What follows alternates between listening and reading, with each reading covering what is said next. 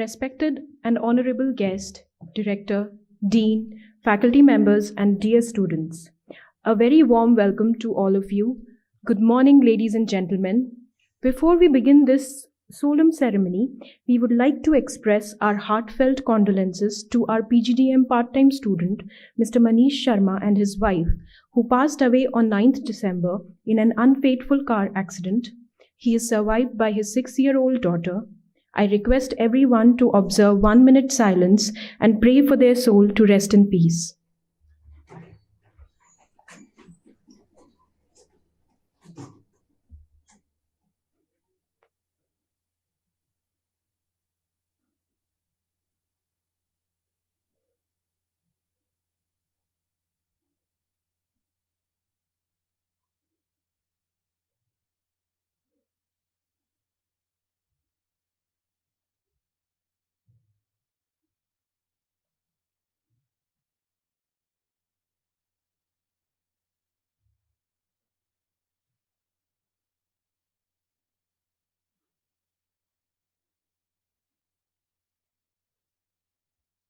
Thank you, everyone.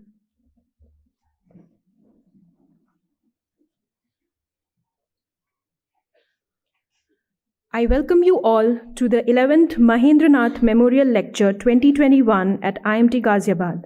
We celebrate this day to pay our deep and sincere tribute to our honorable and beloved founder, Shri Mahendra Nath ji, whose wisdom and futuristic vision has guided IMT Group for decades. Mahatma Gandhi once famously said that education is the basic tool for the development of consciousness and the reconstitution of society. Knowledge is the greatest power. Information today is true liberation. Education is the premise of all progress in every society, in every country, and in every family. This is also the most important learning we have received from our visionary founder, Shri Mahendra Nath ji, which continues to guide IMT Group as a beacon of light.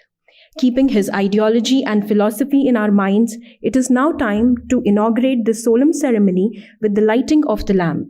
I request Dr. Vishal Talwar, Director IMT Ghaziabad, Mr. Naveen Munjal, the Honorable Chief Guest, Dr. Amit Sareen, Dean Academics, and two of our students, Vipul and Yukti, to please ignite the lamp of knowledge and mark the beginning of this auspicious occasion. Aparna ma'am, kindly coordinate.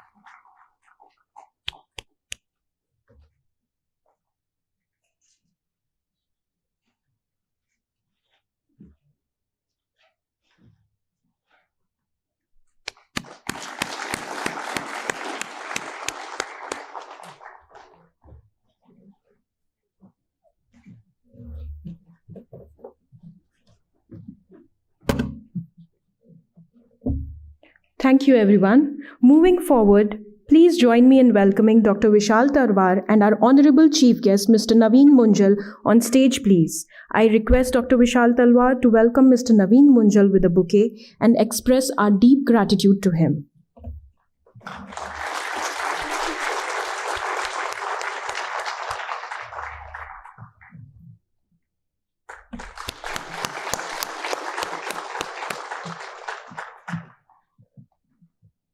I now request Dr. Vishal Talwar, Director IMT Ghaziabad, to kindly deliver the welcome address.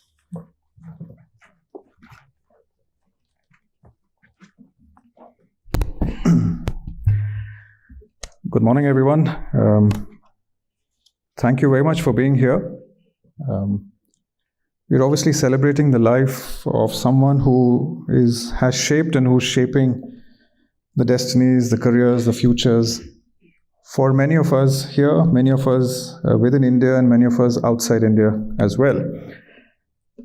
We all know he's the founder of the IMT Group, an eminent industrialist, an educationist, and above all, a great visionary, an institution builder, and someone we call a karma yogi. With humble beginnings, Mr. Nath learned that honesty and hard work was a key to success. Very early in his life, through the example of his father, who was a medical practitioner, he imbibed the virtues of determination, and something that he writes in his book, that you can read up as much management or any other knowledge that you would like, but if you don't have the determination, possibly your chances of success are low. That, in a sense, possibly are the seeds of what we now kind of term as holistic learning. And this obviously was written quite some time back. He was someone with tenacity and a lot of care for the less privileged section of the society.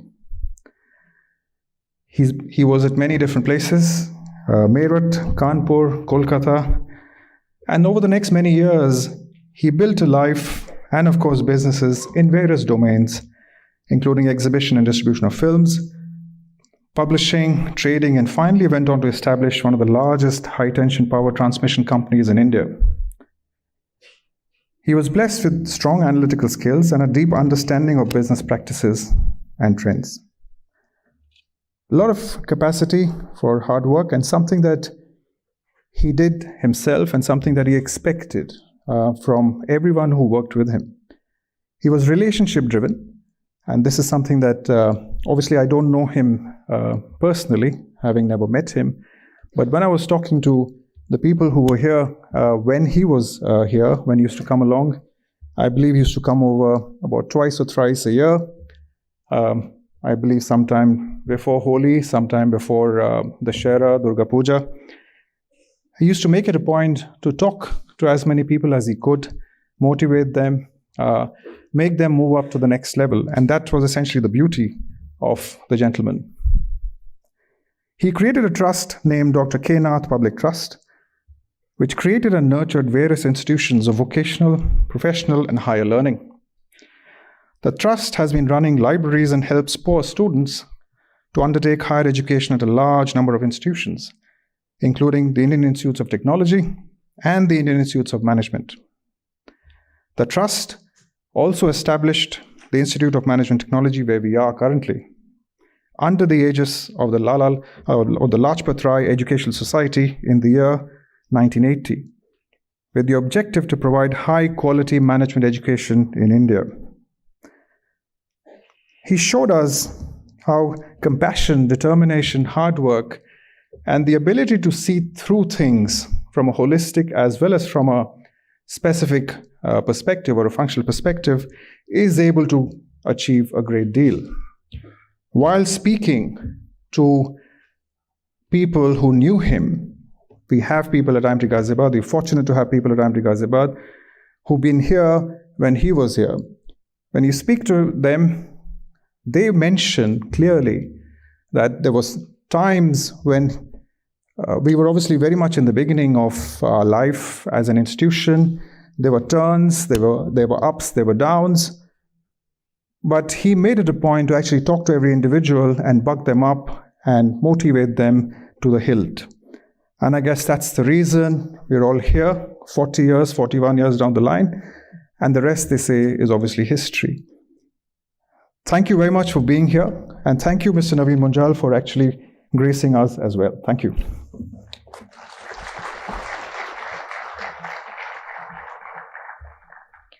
It is a privilege and an honor to have with us today the distinguished Indian entrepreneur, an accomplished leader, and an eminent advocate of climate change, Mr. Naveen Munjal, Managing Director, Hero Electric Vehicles Private Limited.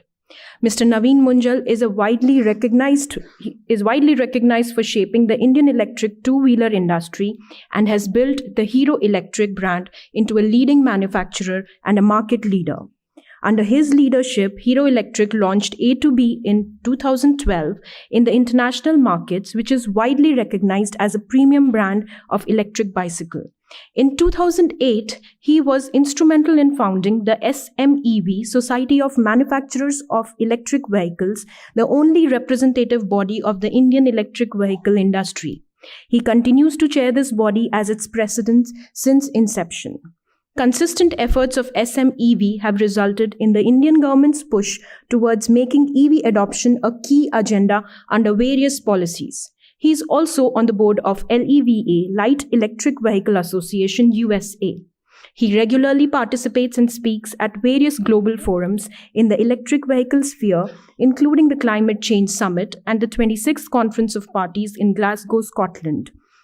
He enjoys interacting with students at various institutions and sharing his views on future mobility. We are indeed honored and fortunate to have him today as our keynote speaker on this momentous event.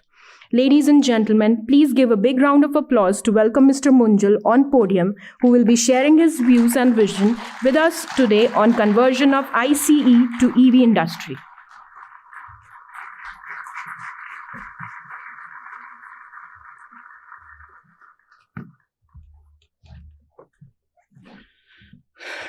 Good morning, everybody. Thank you, Dr. Talwar. Thank you to all of you for inviting me here and welcoming me in the warm manner that you're doing so. So it's an absolute pleasure for me to be here today. I'm going to take you a little bit through what I've been doing, the electric vehicle journey, and the way that we foresee how the markets will shape up. A lot of you would be coming from different backgrounds, business, engineering, arts, etc. You are the privileged few. You are here. You have access to a tremendous amount of resources at your disposal here. This is a fantastic university. And also, when you look at it, just some measures for you. When you look at getting into your new stage in your life as you go forward, always look at what is the end goal, what is the end purpose, what is the end result that I really want to achieve. And a lot of times it may not be purely commercial. There may be other elements to it. So my son is about the same age as you guys. He's studying in the US, doing his undergrad. And I was talking to him once and he says, look, Papa, when you look at an actor like Leonardo Dicaprio, what do you see? So I said, I see a fantastic actor. He says, we see him as being an activist. He's a great climate change activist, as are so many others. So, they're all doing the bit for the environment. They're all doing the bit for the world as what we're going to leave with our children. So it's very important to have a very strong purpose in life. It's very important to have a very strong goal, and that goes beyond commercial, like I said. So just to give you a background, we started, so I belong to a family which started off with a small bicycle shop in Ludhiana. So my grandparents, they came from Pakistan with nothing but shirts on their backs, started a very small bicycle shop. And that business started growing from there. They started building up. They were one of the 103 odd companies which applied for a license to assemble bicycles way back in 1956. Out of those, only 3 are in existence now. 100 have died away. Started building up from there. He unfortunately passed away in 1968. And in 78, we started manufacturing mopeds, and then we got into a joint venture with Honda in 81 as a small, not so small, but a bicycle and a moped company, getting into a joint venture with one of the largest two-wheeler companies in the world. So what did they really see in it? What was it that lay ahead for them? They saw a long-term vision. They saw some people who actually could help them achieve their dreams of entering into a country like India, expanding into a country like India. The way to see it on one hand is when you go to an island and you see people barefoot. Some people walk away saying, there's no potential for shoes or slippers here. But a lot of other people say, hang on, there's tremendous amount of potential here. And that's exactly what happened here. So jointly, Hero and Honda built up a tremendous automotive conglomerate. I was fortunate enough to have studied in a boarding school. I went to college in Ludhiana. I went to do my master's in UK. And I trained in Land Rover in UK before coming back to the bicycle business. But I always found that, in the business, I was the third generation coming in. There's a little room that I have to play in terms of what I can contribute as a youngster. It's a very well-run machinery. There's little role that you have to play. So I started looking at, what is it that we can do? So recently married in 98, we went off to this area called the Silicon Valley, which was the hub of innovation. And what was supposed to be a 4-day trip turned out to be 4.5 months there. And that's the time when on the 401 there was a sign which said, if you have ideas, we have the money, come to us. That's how money was flowing at that point of time. That's how ideas were flowing. And that's also the time when we were getting into that whole the Y2K challenge that was supposed to come in. So came back to India, set up the first of its kind BPOs in India called Hero ITS. And that's the time when I also introduced electric bicycles here. Now, the whole idea, this is way back in 2000, 2001, the whole idea was that how does a person graduate from a bicycle to a scooter or a motorcycle? Because the moped category was kind of dying out. Emissions, etc., numerous other factors. So how does he graduate? What's his journey? How does he go from 1,400 rupees to 44,000 rupees? That was the price point of a motorcycle, which is much more now. How does he graduate from there to there? Can we plug in between by making mobility easier for him? So we thought of a gap in between and we tried to plug the gap. Launch an electric bicycle. Good product, technically sound at the time, but the customer didn't really understand it. So that was lesson one for me, saying that you have a good product on hand, but not necessarily what the customer wants, because the customer is not really accepted it in that fashion. Never mind, went back to the drawing board. In 2003, again, started experimenting with mopeds this time around. So I thought, that's maybe the answer. So started working with the American company and launched mopeds with lithium-ion batteries at that time. Now, lithium-ion batteries at that point were $1,800 a kilowatt hour, what is now about $135 a kilowatt hour.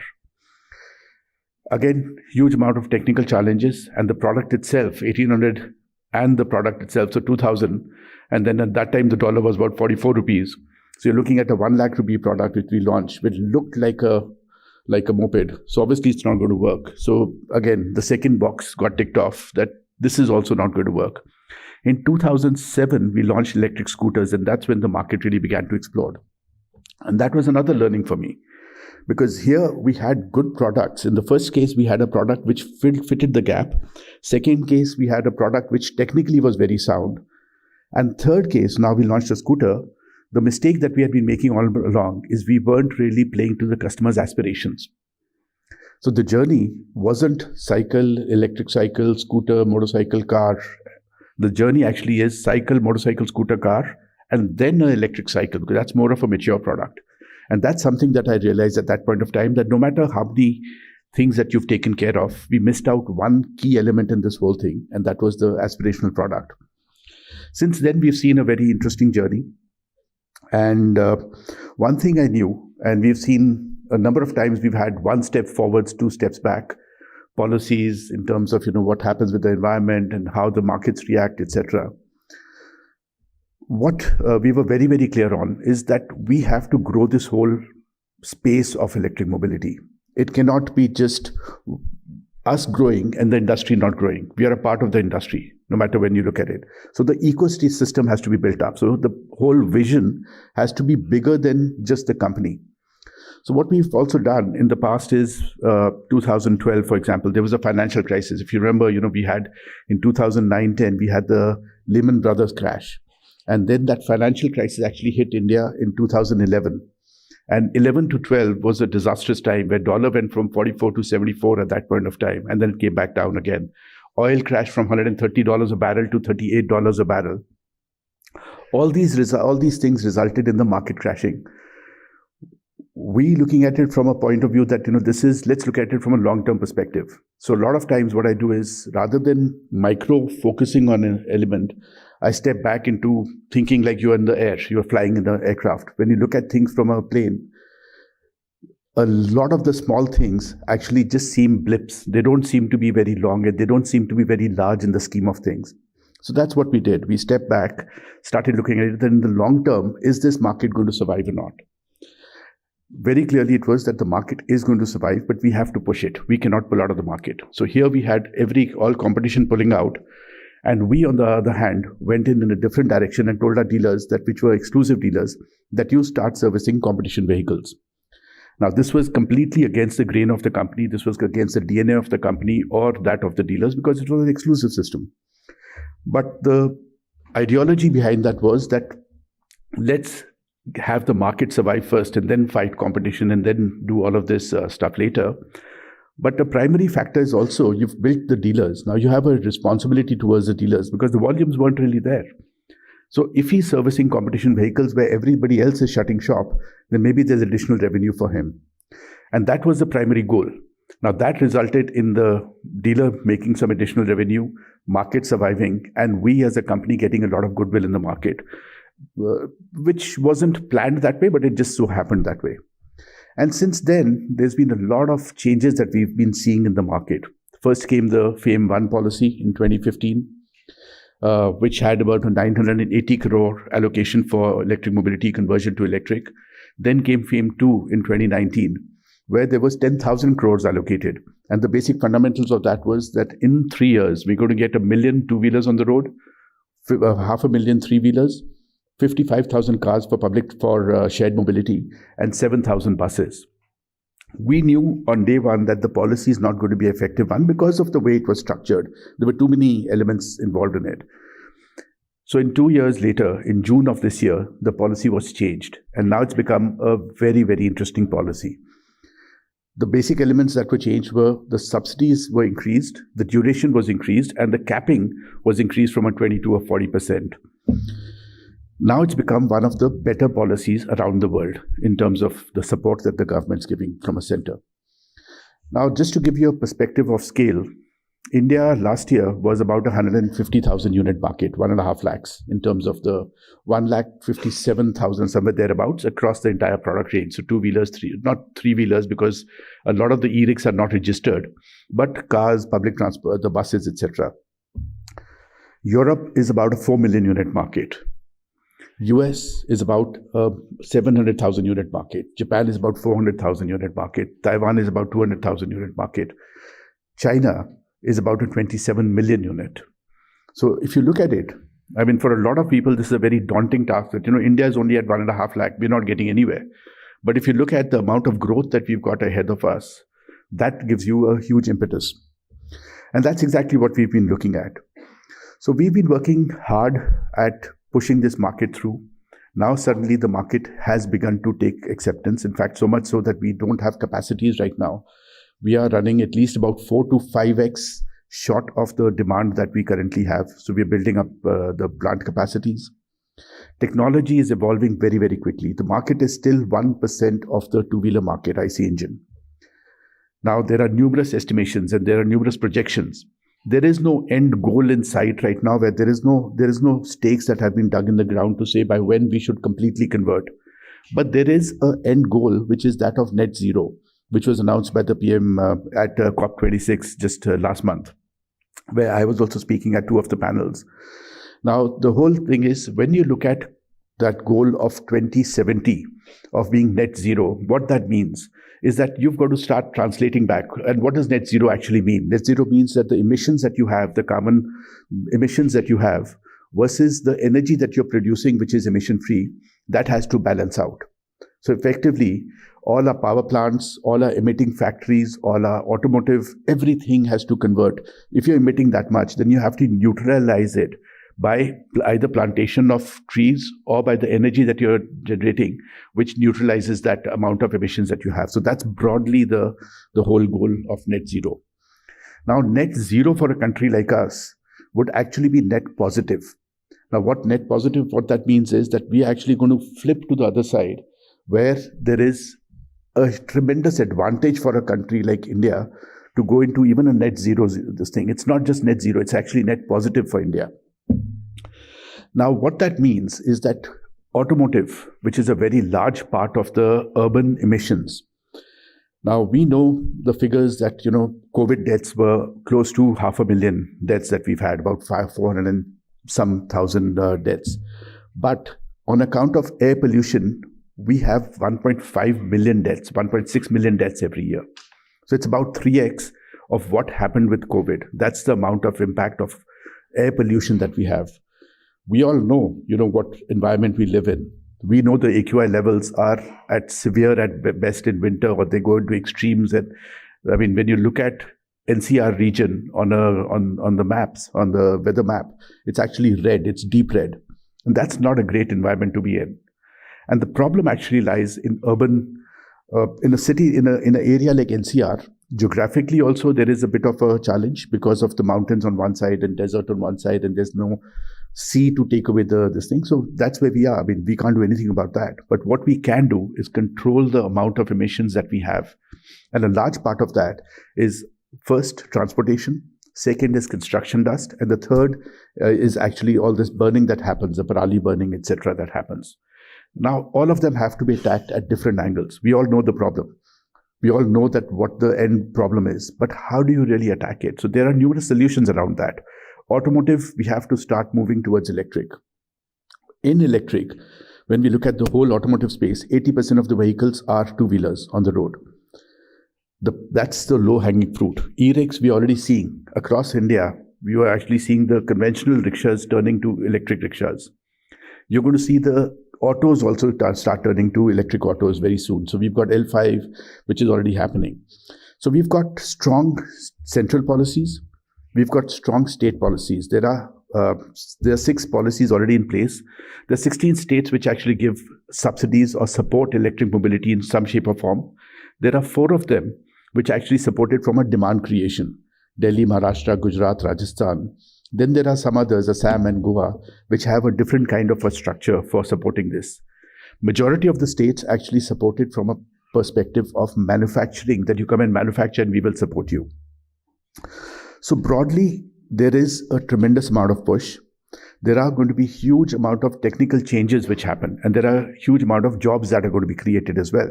So any of you who are looking at electric mobility as getting into the automotive space, very clearly, IC engine over a period of time is actually going to decline. You would be seeing every large company, which is the most valuable automotive company in the world? By far. I mean, number 2, 3, 4, 5, 6, 7, 8, 9, 10, 11, Toyota, Honda, Volkswagen, Fiat, GM, Ford, all of them combined do not match up to the valuation of Tesla. And that's how the markets are also valuing it. So any of you who are looking at automotive space as being your future, as a sector which you want to go into, just a quick question to all of you. How many of you have worked in automotive companies earlier? Just a raise of hands. A few. How many of you would want to look at that as the future getting into the automotive sector? A few. Okay, just another quick one. If you think, how fast do you think electrification could happen in terms of the automotive sector? 0 up to 25, let's say 100% electrification. How many of you think that? Just a raise of hands. Okay, I see a few. Up to 30? I see more hands. 35? Quite a few more. There are still some undecideds. See, the way it's going to happen, the way we will have to look at it in India, different categories, different regulations, and different timelines. 2-wheelers, 3-wheelers, 4-wheelers, public transport, commercial vehicles, all of them will take off at a different time. It's not that everything's going to take off at the same time. Infrastructural requirements for different categories are different from each other. The requirements in terms of the financing requirements, the supply chain requirements, the price parity. One thing is known that, when you go from an IC to an electric vehicle, your initial purchase price increases. Now, to give you a perspective, a Tata Nexon, which is a great car, IC engine is below 10 lakhs. Electric is about 17 lakhs. I think that's the kind of price point, 17 odd lakhs. So your initial purchase price is higher, but your running cost is multiple times lower than that of a initial purchase price of a IC engine. And when you look at the TCO concept, it actually balances out. Now, that is the case in cars, where you require a very dense charging infrastructure. It's different when you look at other forms of mobility. Public transport's different, let me put that aside, because that's going to be more of a governmental requirement. But let's look at two-wheelers for a minute. 85% of the vehicles of two-wheelers being sold are below a 90,000 or 85,000 price point. That's your commuter and your entry-level segment. Now with the subsidies in place, our vehicles, which is a vehicle with 45 kilometer speed and 140 kilometer range, is now at 65,000 rupees. So actually, in terms of pricing, has come lower than that of IC engine vehicle. And that is a unique situation that we have in India. That's not the case in Europe. That's not the case in the West. That's not the case in Japan or any other place. There, the electric vehicles are at a higher price point, and the market pays that. In India, it's different. In India, the whole concept is, what am I really saving? If my vehicle is more expensive, I am sacrificing on certain things, or there are some unknowns. What is going to be my resale value? Financing is still not still very prevalent. So I want a product which is not at a higher price point, it's a lower price point. In which case, so electrics now come lower. Now the running cost, if you're running a vehicle, let's say over 30 to 40 kilometers a day, you're looking at 1 liter of fuel, which is over 100 rupees now, 106 rupees approximately across the country. So let's say 100 rupees. Whereas when you look at an electric two-wheeler, you're looking at 1.5 units of power, which is about 12 rupees. So there's an 88 rupee gap which comes in there. So if you look at it over a period of 3 years or 5 years, over 3 years, 1,000 days, let's say even if you're driving, you're looking at 88,000 rupee as being a saving. That's the broad TCO concept. And that is what the consumers have begun to understand. So the initial purchase price has come down, the running cost has come down dramatically, thereby making these vehicles far more interesting. So that is where the base of this whole category, of this whole electrification, is going to be basis of the two-wheelers. Now, when you look at the support from the government, there is, of course, FAME 2 policy, which I told you about, which is 10,000 crores. Then there is a PLI. There is a PLI called PLI ACC, which is for the advanced cell chemistries. There's about 11,000 crores, which is allocated for that. There are about, I think, 12 companies which have applied for it. There were 20, I think now, right now, the number is about 12, where you have to apply to the government to qualify for that PLI, and you would get subsidies from the government in terms of over a period of time. The second PLI, which is there, is that of the auto component and the vehicle manufacturing, specifically towards electric. That's about 26,000 crores that has been allocated by the government. Again, you have to apply to the government to qualify under the PLI. There are certain criteria, etc. And that's a tremendous amount of support which is there. Now, in terms of the questions that you would have in terms of, battery recycling, the battery, how are the batteries really going to be used, etc. So we have no battery manufacturing in India at this point. That's something that is going to come in over a period of time. Between the next 18 to 24 months, we will see battery manufacturing happening. The government's target for this PLI ACC was 50 gigawatt hours of batteries being manufactured in India. The amount of applications they've got are about close to 200 gigawatt hours.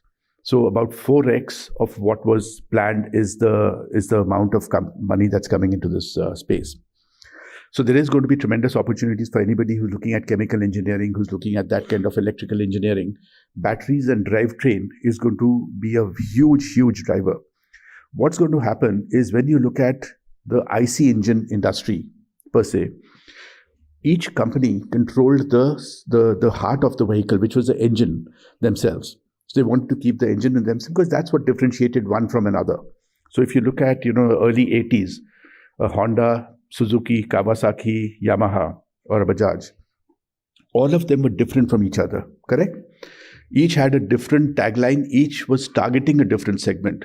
So Hero Honda was targeting a user who was a person who was using it for commuting. Bajaj was a more faster, a peppier vehicle, but targeted at the younger segment. So like this, when we look at it, now over a period of time, all this has stabilized. They've all kind of become uniform because of emission norms. So we went into Bs6 last year, in April of last year. The Bs6 emission norms was 6 months ahead of what is happening in Europe in terms of the emissions. So we were actually more progressive than even Europe for the emissions. So when you consider all these vehicles now, and if you actually remove the badging, they're going to be fairly similar to each other. Of course, the look and feel may be different, but in terms of performance, fairly similar to each other. That's not necessarily going to be the case going forward for something like electric mobility or these new age technologies. That is going to be a highly collaborative effort that's going to come in.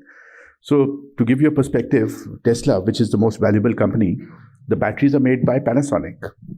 And they have numerous other relationships with companies who manufacture different components for them. Their ability to put it together in a package which performs better than anybody else's is what differentiates them from another. The ability to use IoT and telematics on the vehicles and use it for driver's experience is what differentiates him from anybody else. So that is the way that this whole ecosystem is going to evolve. Not necessarily that everything is going to be captured by one company. There are going to be opportunities for charging infrastructure, which is going to be substantial. Telematics and IoT I was talking to you about. Drivetrains, mechanical parts, everything has to be developed. Some part of it is already there, but a large part of it will have to be developed. Reskilling is going to be a very, very key when it comes down to the workforce. How do you really handle these vehicles? So there are going to be tremendous opportunities ahead for you. There are going to be a lot of avenues which one can take. My suggestion or my to you would be, look at it from a long-term perspective. This is a marathon. As you get out into the world, as you go out into the world space, don't be afraid of making mistakes. I've made many along the way. I mean, we certainly did not know the path. We knew the end goal, what is the end goal, but how do you get there? There was no idea. So we knew that there's some light at the end of the tunnel, but how do you get to that light? So there was a path. The key to this is make mistakes early on, learn from those mistakes. And that's what I tell my teams as well, that, there's no harm in making mistake, but take a calculated risk. Don't just go in blindly. The second is, as soon as you realize that you're on a path where you seem to be headed in the wrong direction, quickly change course. Don't be pig-headed or don't be, stubborn to say that, this is my path and I'm only going to go that way. That right only remains with me because that's the way that I've built this together. So don't be afraid of making mistakes, but be very, very quick in taking corrective action is a point to you. So I'm here to answer any questions that you may have. Broadly, I just wanted to give you a flavor of what's happening. Environment is a very, very important factor. We have to get to, from even in the power sector, from where we are 100 gigawatt hours in terms of solar to 500 by 2030. Now, 500 is also actually not enough. We should be getting to somewhere close to 750, but we don't have the infrastructure for it at this point of time. But that said, once the momentum begins in any of these sectors, the momentum is so fast. Now, you all know that, there's an image which you can Google in New York.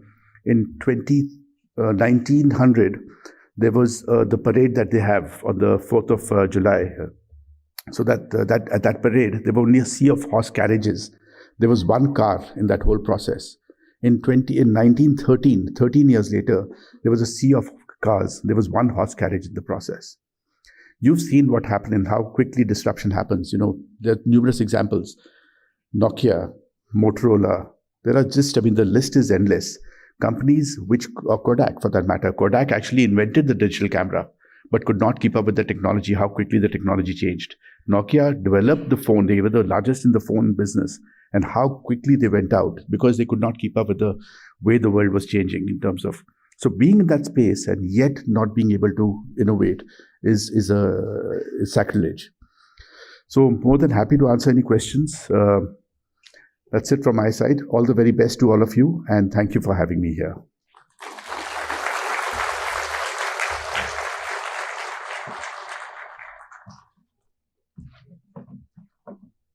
The forum is now open for questions.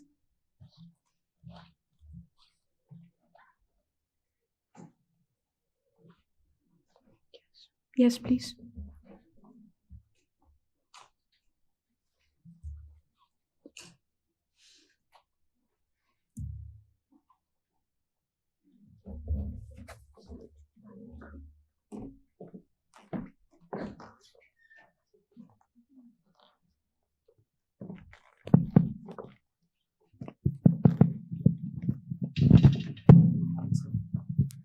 Welcome to IMT.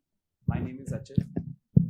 Sir, like we have seen oil and petroleum exporting countries forming more or less a cartel and having a hegemony over supply of oil and petroleum to countries which are dependent on oil, such as China and India as well. So with future shifting towards electric vehicles, will this hegemony be transferred to countries which have huge reserves of lithium ion, which is a key ingredient in developing of batteries? So countries like China or Chile, who have proven reserves of lithium ion would be the new hegemony of supplying these energy components, which would be key ingredient for developing of electric vehicles? Very valid question. How do you do your energy security? That's the point, right? So India is also aware of it. I mean, this is not something that the government is not aware. In fact, there is a body which has been created, a company which has been created, I think this was in 2017, called KABIL, which is Kanji Videsh Nigam, this thing, which is basically which is a consortium of three PSUs. There was NALCO in it. There was I forget who this thing. There's three PSUs which are a part of it. So you can just Google later. It's called KABIL, KABIL. The whole idea for KABIL is that you go and you do tie-ups outside. Now, these could be purchase agreements with companies who already own those mines. And it's not just China and Chile, actually. There's Australia, which has huge reserves. There may also be a huge brine, which is there in Afghanistan and other parts of this thing. Even in India, there is some talk that there may be reserves in India, but we've never really checked it to that extent because the demand wasn't really there to that extent. That said, the challenge is not so much in lithium. The challenge actually is going to be cobalt and manganese and nickel. That is where those minerals. So the government is working actively on it, so they can tie up for the next number of decades, because this technology again will evolve as well. Lithium content in a battery has come down dramatically in the last number of years and will continue to coming down. So we understand this. All the governments understand this. And what they're doing is coming out with chemistries which use less and less of these materials and graduate to different ones. Just to give you a perspective, for example, motors, which have to rely on rare earth magnets. Now, there are technologies available where the magnets are not there at all. So going forward, we will have our energy security in place. The government's working actively on it. And we will also move into technologies which rely less and less on these kind of proprietary products. Yeah. Thank you. Okay. Anyone else? Good morning. Yes. I'm a faculty out here. I had a small question, Mr. Munjal. You have said that obviously there is a huge amount of requirement in terms of the requirement from keeping our climate and just environment clean, and the government is definitely supporting with sort of subsidies. And you have mentioned how important subsidies are to create that competitive advantage that you have, in terms of EVs, with respect to the combustible engine. Now, how long will these subsidies go on? And how long will the industries require this subsidy? Because I'm sure that the innovations are there, it would be coming. So at some point of stage, the industry might not require this subsidy. I would like to believe that. How long is that period and how long will it be? Absolutely valid question. And I totally agree with you. Subsidies is not the answer. It may be a start. It's like, when you have to start a car, you need the motor and the starter motor to basically start the car. So you need that initial energy, the thrust of energy, and that is what is required for this as well. So basically, right now, the subsidies are there till 2024. So the policy came out in 2019, the FAME 2 policy, which was supposed to be for 3 years, so which means 2022. That's been enhanced by 2 additional years, so 2024. Now, while that is the case, what we've been saying is, rather than having it time-bound, you should have milestone-bound.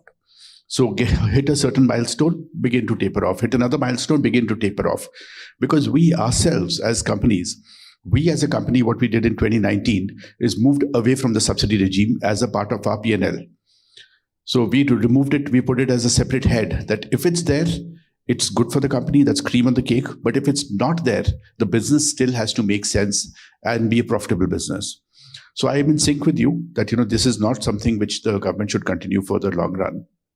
It's like basically, getting the diesel transportation sector up, for example. To support the transportation sector many, many decades back, the government was subsidizing the diesel price.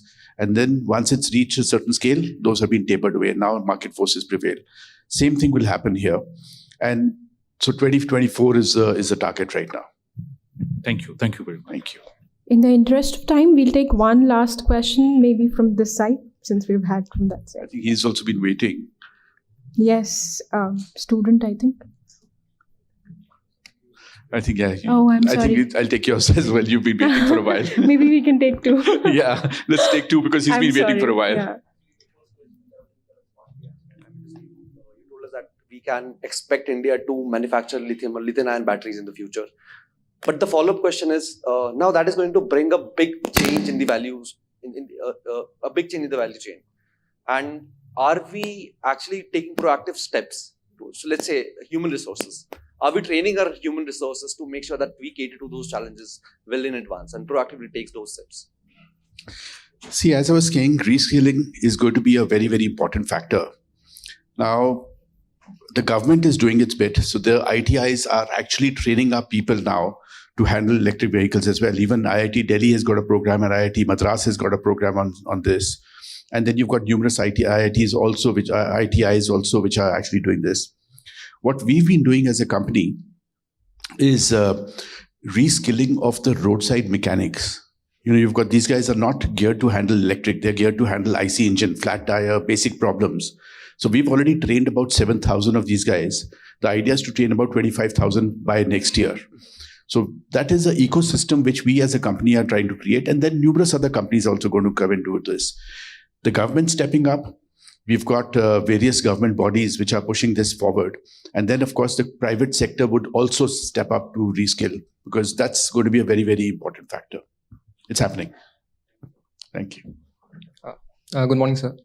So my question is, while consumers display a strong intention to adopt electric vehicles, what in your views are the most important barriers to the adoption of the same? See, there are barriers which are there. There are challenges. It's not, everything's not this thing. So let me give you some of them. One is financing.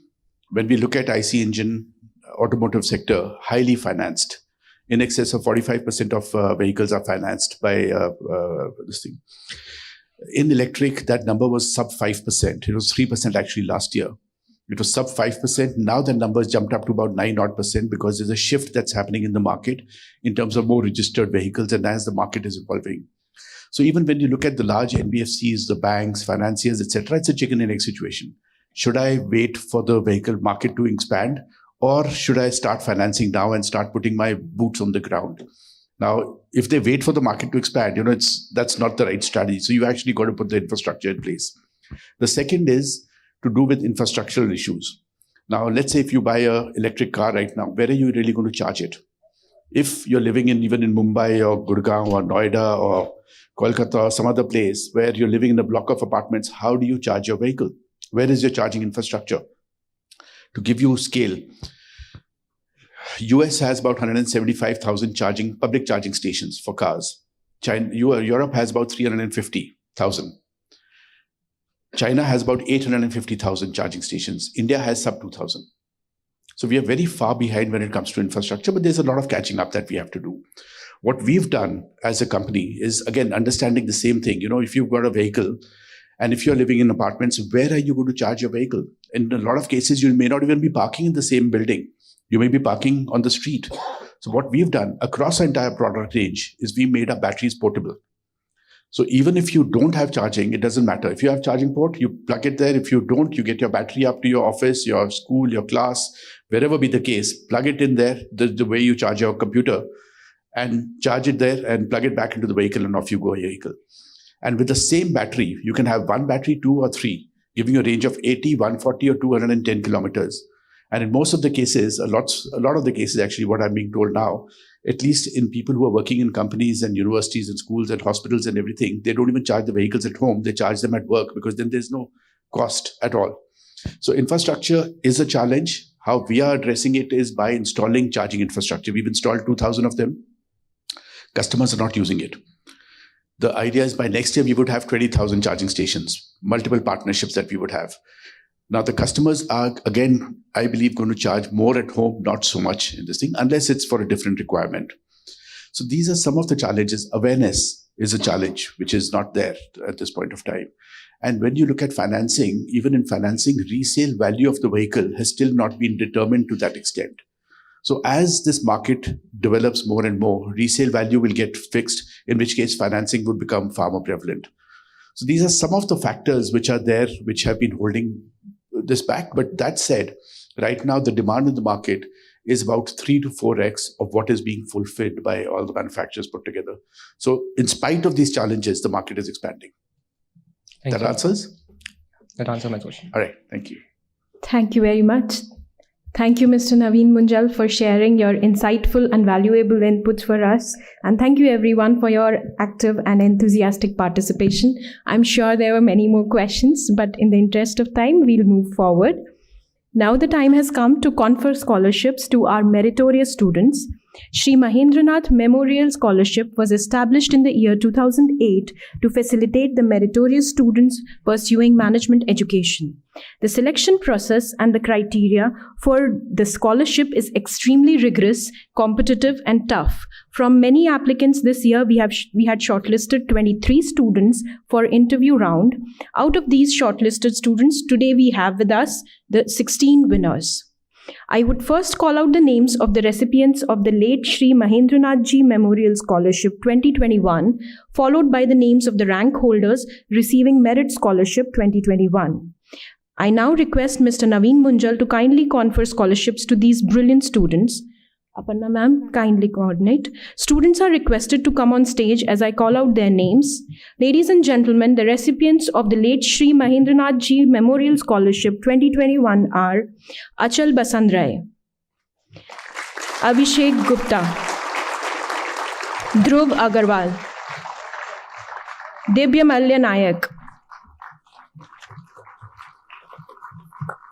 Gyan Gaurav, Harsh Srivastav,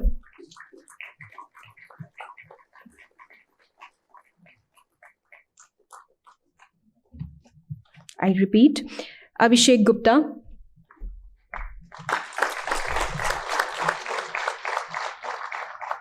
Dhruv Agrawal,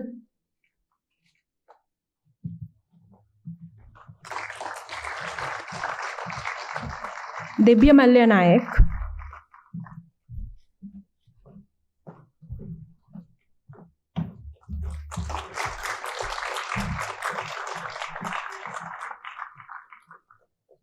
Gyan Gaurav,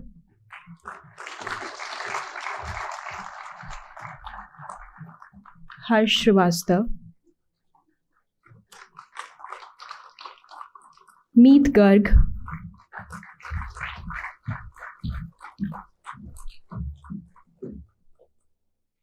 Owais Afzal,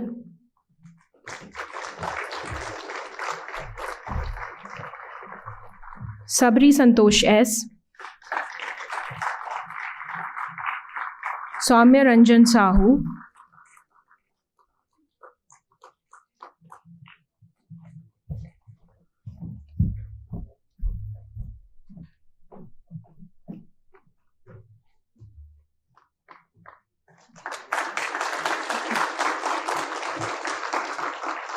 Soumya Ranjan Sahu, Suryansh Datta, Swapnil Pandey,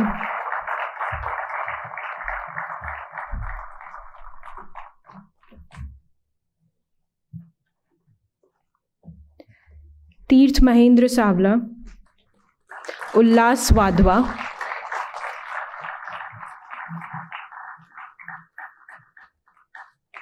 Vipul Kumar,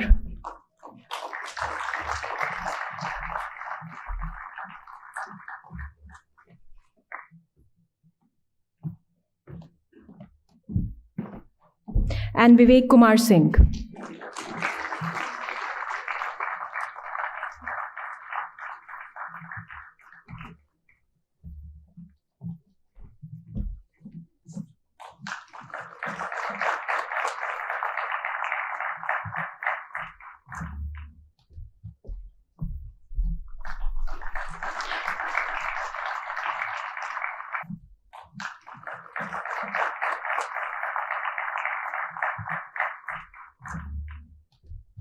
The recipients of the Merit Scholarship 2021 are Dhruv Agrawal, Saptarishi Majumdar, Yukti Chabra, Akshay Sridharan, Rishabh Sanjay Batija, Achin Mehra, Navjot Singh, Riya Singh Jadaon, Achal Basandray, Aviral Gautam,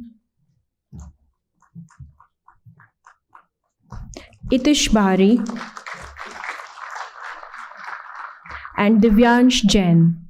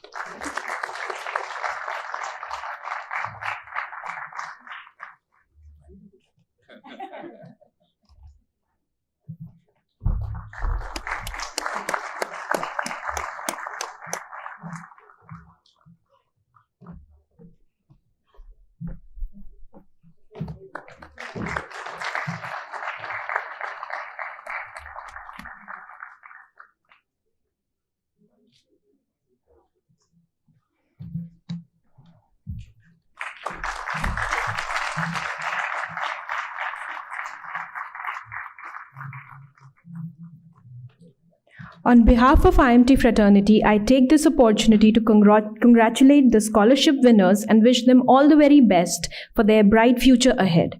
I request Dr. Vishal Talwar and Mr. Naveen Munjal to please have a group photograph with the students on the stage. All the students, please, you can also come on the stage.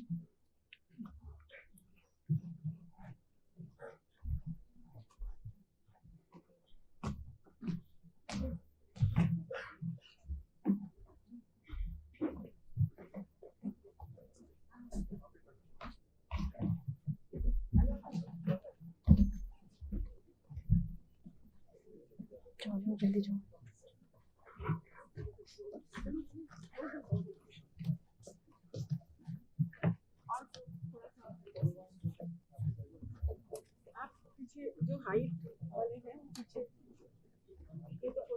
कुछ लोग maybe you can sit also. आपका नहीं आएगा सामने। बैठ जाओ नीचे। हाँ नीचे बैठो। इधर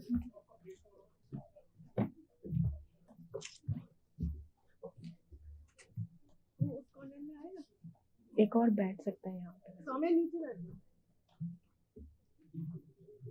आप आगे आप नीचे आ जाओ। कम हो गया डन। आप भी खड़ा। अरे मैं क्यों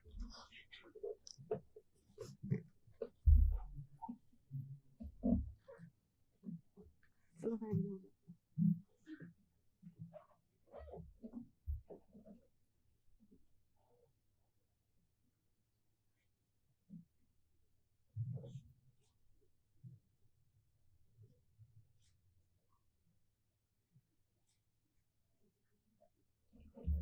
Thank you. Thank you, everyone.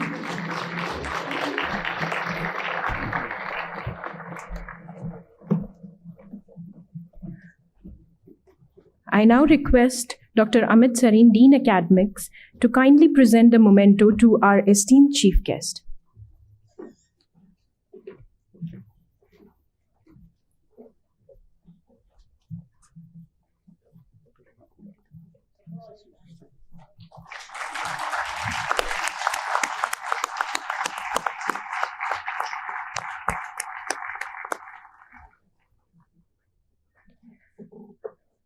I request Dr. Reema Khurana, Professor IT and Analytics, Chairperson Corporate Engagement, Co-Chairperson Indian B School Ranking and Accreditation, to please give the vote of thanks.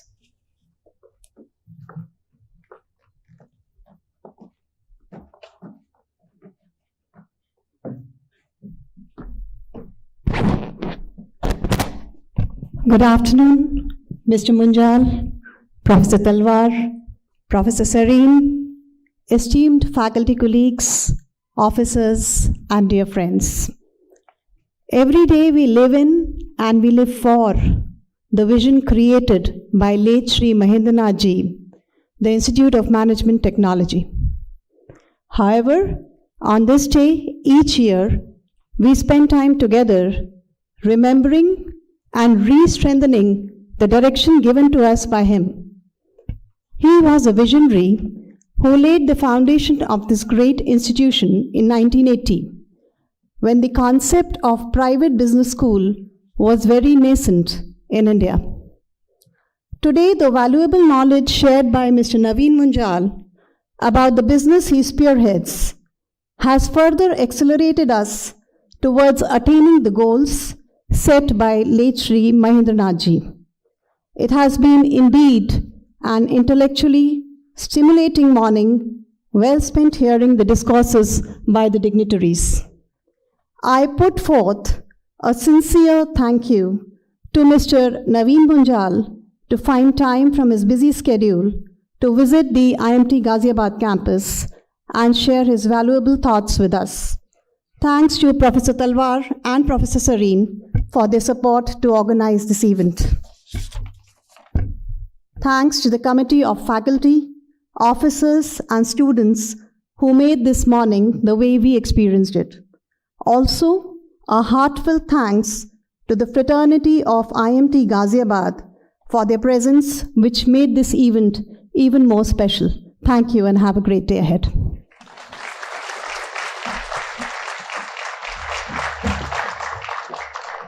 As all good things come to an end, this pleasant and invigorating talk with Mr. Naveen Munjal and this event also comes to an end. I would like to thank everyone who took out time to join us here on this momentous event, and heartfelt gratitude to Mr. Naveen Munjal for joining us today. Have a great day ahead, everyone. Thank you.